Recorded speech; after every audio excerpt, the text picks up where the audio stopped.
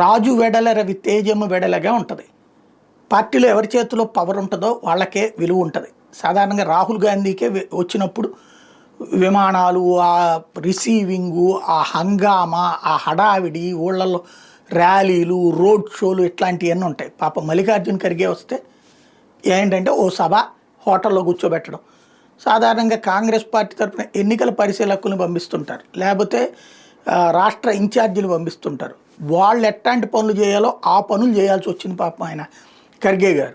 అది ఏది అసమ్మతి నేతల్ని పంపించడం, ఆయన మాట్లాడడం. ప్రేమ్ సాగర్ రావు గారిని పంపించారట.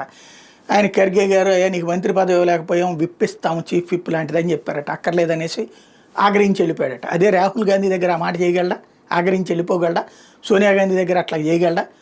కాంగ్రెస్ పార్టీలో క్రమంగా మల్లికార్జున్ ఖర్గేకి వాల్యూని పెంచాల్సిన అవసరం అవుతోంది పాపం.